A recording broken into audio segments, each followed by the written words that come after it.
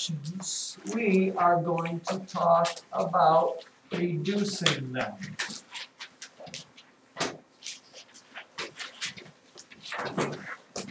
And I'm guessing we haven't talked about this before. I don't know. Sometimes I get confused. What do you suppose reducing fractions means? If you had to guess, what do you think reducing fractions means? Grace? Like making it the same number of pieces. Easier to understand is a good one. Smaller might be another way to say it. And here is kind of the gist. I know we've talked about this before. If you ate 1/2 of a pizza, okay, we've talked about this before. Usually when you get your little pizza from Pizza Hut or from whoever it is, Little Caesars or Rosati's or Papa John's or whoever, generally speaking, when they have a pizza, they don't just cut it into 2 great big pieces, do they? Normally they cut it into at least 8. Well, you can still eat 1/2 of a pizza. If you have 8 pieces and you eat 1/2 of them, obviously you've eaten 4 of them. Okay, but you're still eating the same amount, except these are different numbers that stand for the same thing. And with every fraction, there is an infinite, goes on forever number of fractions that mean the same thing. For example, 1/2 is the same thing as 2/4, is the same thing as 3/6, is the same thing as 4/8, is the same thing as 5/10, is the same thing as, you know, whatever, 12 over what? What would go on the bottom? 12 over 24 is the same as 19 over What? 38. 38 is the same as what number over 70? 35, because the top is always half of the bottom. Okay? The problem comes in this, and the reason why we reduce fractions is because as you start to get to some of these higher ones or whatever, they just get hard to understand. Okay? Never would you go up to your parents and say, Mom, I just ate 35/70ths of a pizza.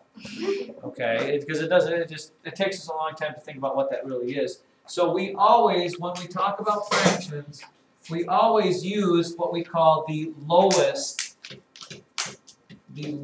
form of it, the lowest term. And that's what reducing is. Okay, reducing is taking a fraction that maybe was 19/38 and making it into its smallest form, which is 1/2. Okay, that is what reducing is. You take it from its big form and you move it down to its small form. Now, how do we do that? Well, let's take a look at a fraction. For example, if I have the fraction 2/6, okay, if I have the fraction 2/6, okay, that is not in its lowest terms and it can be reduced. How do I know? Well, here's the question you ask yourself.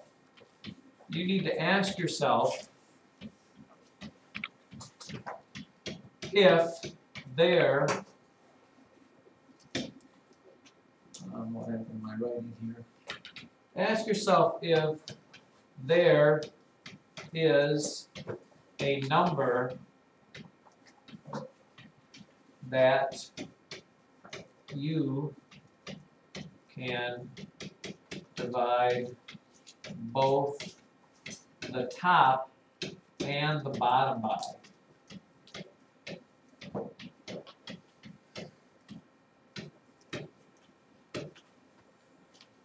Okay, so if you have the number 2 and the number 6, it's really what common factor do they have? What number goes in both 2 and 6?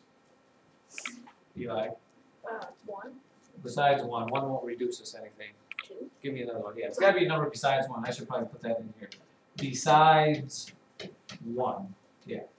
Okay. If I know that 2 goes into both of them, I divide by 2 both the top and the bottom, and you get 1/3. This is the lowest form of 2/6. If you eat 1/3 of something, it's the same thing as eating 2/6 of it, but it makes more sense to say 1/3 just because it's easier to understand smaller numbers. Now the question is, why does that work? Well, I'm glad you asked. If you have the fraction, what I just divided both top and bottom by 2, if you have the fraction 2/2, what number does that same as? Peter? 1. And what happens anytime you divide anything by 1? it stays the same. So these two numbers are the same, they just use different numbers to stand for it. And we understand this a whole lot better. You know, maybe another example might be this, 12/15. Okay, 12/15 to me is kind of a tough little fraction here. I don't know what it means. You know, if you ate 12/15 of a pizza, I don't know what that means. So we want to always try to reduce it. So you just ask yourself, what number goes into both 12 and 15? Now you can't say 5 because 5 doesn't belong to 12. But what number does, Kelvin? 3. So you want to divide both the top and the bottom by 3, which is the same as dividing them by 1, and you end up with 4/5. And 4/5, and then when you get your new fraction here, you want to ask yourself, is there a number that goes into both 4 and 5 besides 1? No, there isn't. If there's no number that goes into it besides 1, then this is what we call in its lowest terms. Okay. If you ever hear the book say reduce down to its lowest terms, that means to do that. How about this one? 20/30. 20/30ths. Now, I'll just do this for you. 2 goes into both of these, right? So I can divide them both by 2. When I divide them by 2, I get 10/15. Now, again, you always, when you get to this point, always want to say, could I divide 10 and 15 by the same thing? Could it be reduced lower? What number goes into both of those? 5. And when I divide them both by 5, you end up with 2/3. Now, to me, 2/3 is a lot easier to understand than 20/30ths. Okay, 10/15 means the same thing, but it still isn't reduced all the way. This is a fraction in its lowest terms. How about that? Let's see what else is here. What would 6/8 be in its lowest terms? 6/8. What number goes into both 6 and 8 that you could divide it by? Evan says, what do you get if you divide both by 2? 3 over 8 divided by 2 is 4. So 6/8 is the same as 3/4. We always use the lowest terms when we do that. And so the book gives you a problem that looks like this, unfortunately. You know, they're going to say, okay, I want you to add 3/10 plus 3/10. Well, the first thing I have to do is what, Sammy?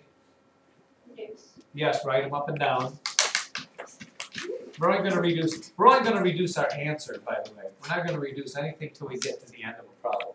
What is 3/10 plus 3/10, Alexa? 6/10. 6/10. And then when you get that answer, you need to look at it. It's called making it in its simplest form.